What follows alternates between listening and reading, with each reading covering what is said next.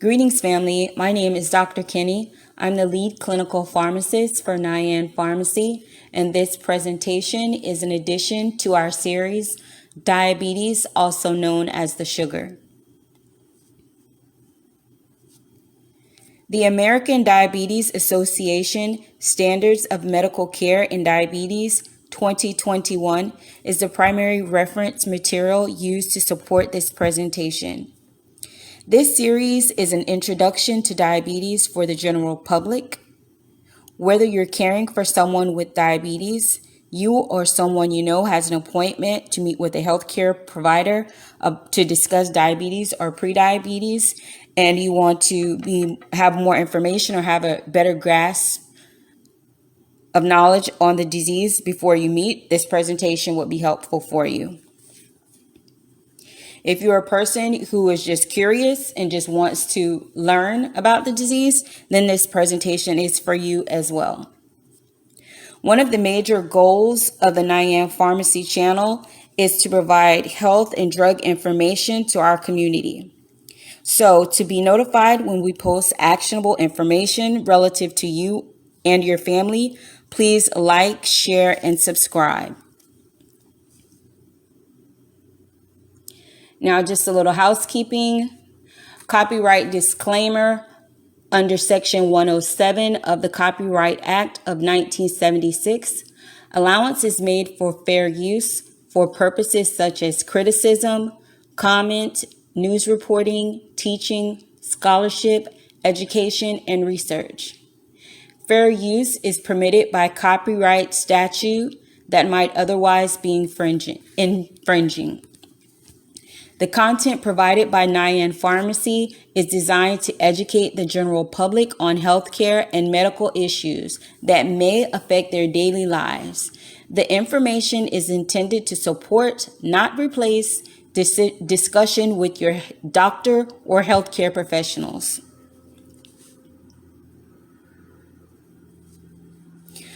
Okay, so the previous presentation closed with us reviewing the classifications of diabetes. This one is going to pick up on that note as well. So let's get to it. So type 1 diabetes. 75% of these patients are going to develop type 1 diabetes before the age of 20.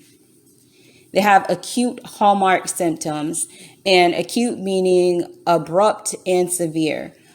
Symptoms such as polyuria, which is frequent urination. These patients may urinate all through the night. It's just really excessive. Polydipsia, which is an excessive thirst.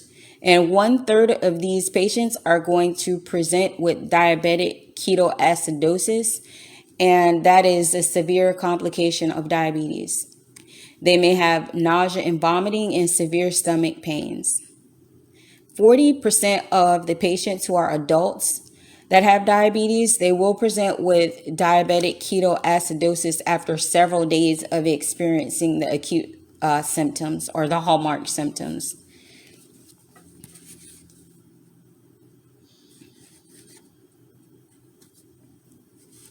Now, patients with type 2 diabetes, they may be symptomatic or asymptomatic.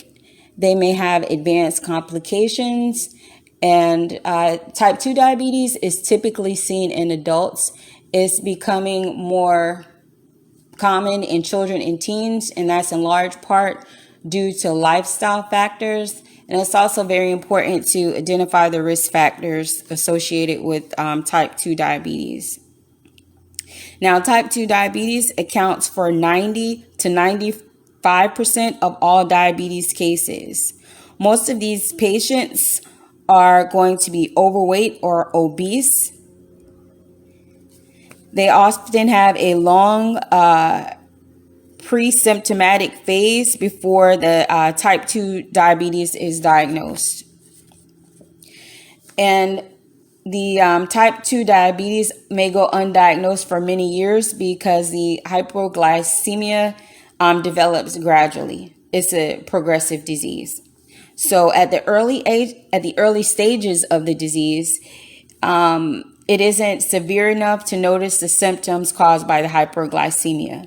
However, the undiagnosed patient is still at risk for complications associated with diabetes. Now, just a quick review of the symptoms. Patients with type 1 diabetes, they may present with polyuria, polydipsia, polyphagia, that's excessive hunger, weight loss, fatigue, and irritability. Now, the type 2 diabetics, they may present with any of the symptoms that you see in the type 1 patient. And they may have frequent infections, blurred vision, they may have sores or bruises that are slow to heal. They may experience numbness or tingling in their hands and feet, or they may be asymptomatic. A doctor may order just routine labs, and they may notice that the patient has just really high glucose levels or marked high glucose, and that may prompt them to do more tests, and they may notice or identify that the patient is diabetic there. So there, it is important to recognize or know the risk factors for type 2 diabetes. Now, criteria to test for diabetes are prediabetes in asymptomatic adults. So this test should be considered in adults who are overweight or obese with one or more of the following risk factors. That is a first degree relative with diabetes, first degree relative, meaning a parent, a sibling, or a child. Patients or people who are at high risk, who are high risk race or ethnicity, such as African American, Native American, Latino, Asian American, and Pacific Islanders, people who have a history of cardiovascular disease, people with high blood pressure or who are on high blood pressure medications, people who have HDL of less than 35 or triglycerides greater than 250, women who have polycystic ovary syndrome, people who are physically inactive or have clinical conditions associated with insulin resistance. These patients with these risk factors who are overweight and obese, if they have one or more of these risk factors, they should consider being tested for diabetes. Now, patients who are pre-diabetic should be tested yearly. Women who were previously diagnosed with gestational diabetes should have lifelong testing at least every 3 years. All other patients should begin testing at 45 years of age. Now, if the results are normal, the testing should be done every 3 years or sooner, depending on the initial results and the risk factors. All patients who have HIV should be tested for diabetes and prediabetes.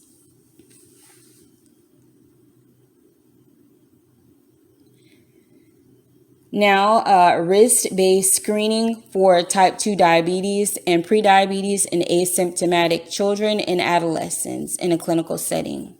Now, we're going to consider testing for youth who are overweight or obese and who have one or more of these risk factors and on the strength of their association with diabetes. If their mother has a history of diabetes, or if the mother had gestational diabetes during the child's gestation, there's a family history of type 2 diabetes in the first or second degree relative. Second degree relative is is a niece or a nephew, an aunt or uncle, a half brother or half sister, or grandparents. If the person is a high risk race or ethnicity, or if they have signs of insulin resistance or conditions associated with insulin resistance. So now we're going to review some diagnostic tests for diabetes. The hemoglobin A1C is the first test that we're going to review. This test is also called the A1C test or the hemoglobin A1C, or the other names listed here. This test estimates this value is going to be an estimate of the glucose in your bloodstream over the last 3 months. So the glucose in your blood attaches to hemoglobin, which is a protein that carries oxygen in your blood. When they attach, it forms the hemoglobin A1C.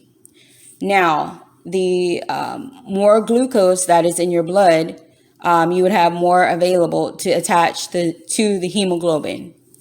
Now, the hemoglobin A1C reflects the percent of hemoglobin A attached to glucose compared to the total hemoglobin A in your bloodstream. This sample is going to be drawn from a vein or a finger stick.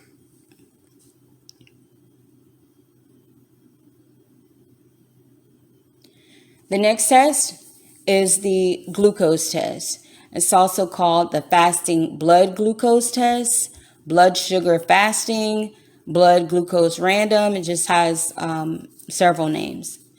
Now, this test can be used to screen for diabetes or prediabetes. It can detect hyperglycemia and hypoglycemia. That's low glucose. It can be used as a diagnostic tool for diabetes, and it can be used to monitor glucose over time to determine the effectiveness of interventions. And interventions meaning diabetes medication, lifestyle, diet, just whatever interventions that are being taken. So now, how the sample is drawn is going to depend on what it's being used for. So right now we're talking about screening and diagnosis. That sample is going to be drawn from a vein, and it's going to be done at fasting and at random. Now, if this test is going to be used to monitor, then the sample is going to be drawn using a finger stick, and it's going to be drawn at fasting, after meals, and at random.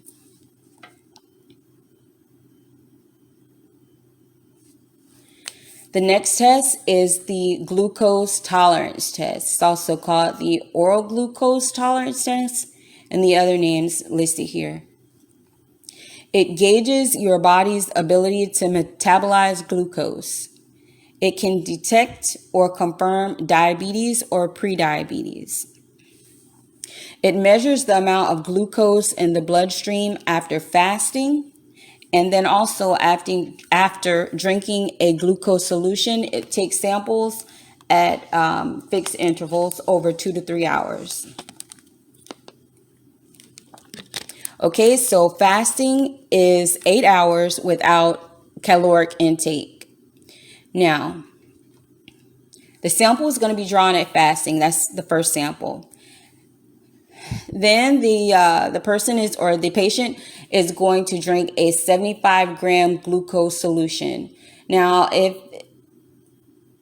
the patient is a child that's taking this test, the amount of glucose that the child is drinking is going to be based on body weight, up to 75 grams.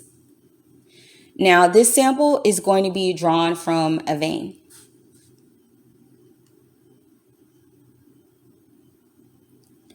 Now, the diagnostic criteria for diabetes. Now, if there's a random glucose that is drawn and it's greater than or equal, these values are going to be in milligrams per deciliter, with the exception of the hemoglobin A1C test. So, a random glucose of greater than or equal to 200 plus classic hyperglycemic symptoms or a crisis, that's going to indicate diabetes.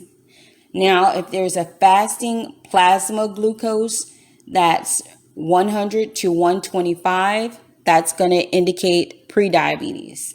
If it's greater than or equal to 126, that indicates diabetes or supports the diagnosis of diabetes. Okay, so if after the 75-gram solution oral glucose tolerance test, after 2 hours, that plasma glucose, that sample value is 140 to 199, then that is going to support a diagnosis of prediabetes. If that sample value is greater than or equal to 200, then that's going to indicate diabetes. If there is a hemoglobin A1C of that is 5.7 to 6.4%, that's going to indicate prediabetes, and greater than or equal to 6.5 is going to indicate diabetes.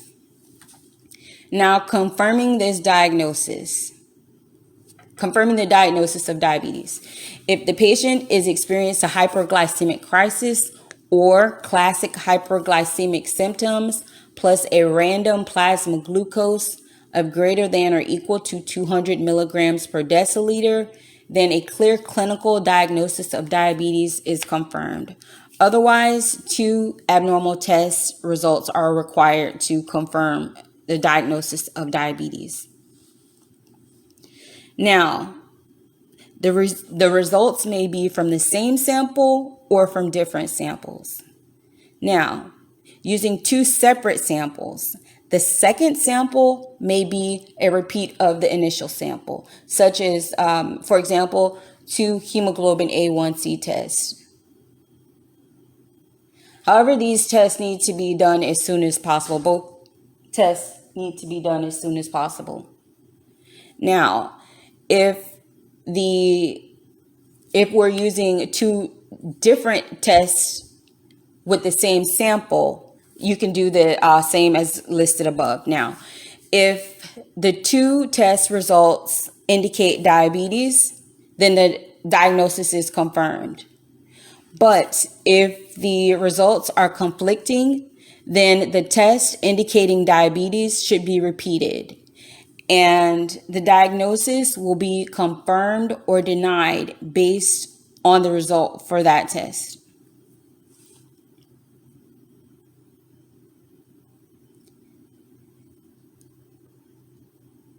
Now, the glucose test for gestational diabetes.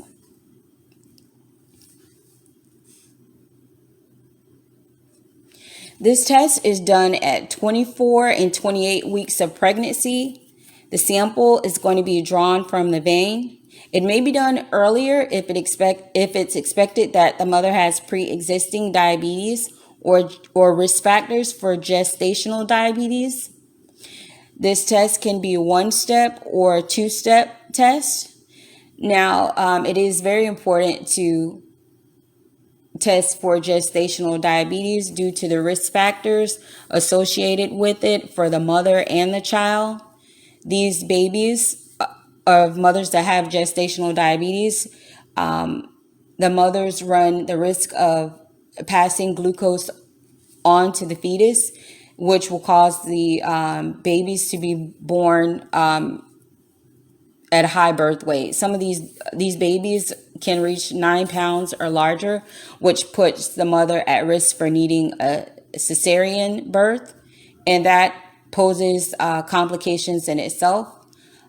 These babies are at risk for jaundice,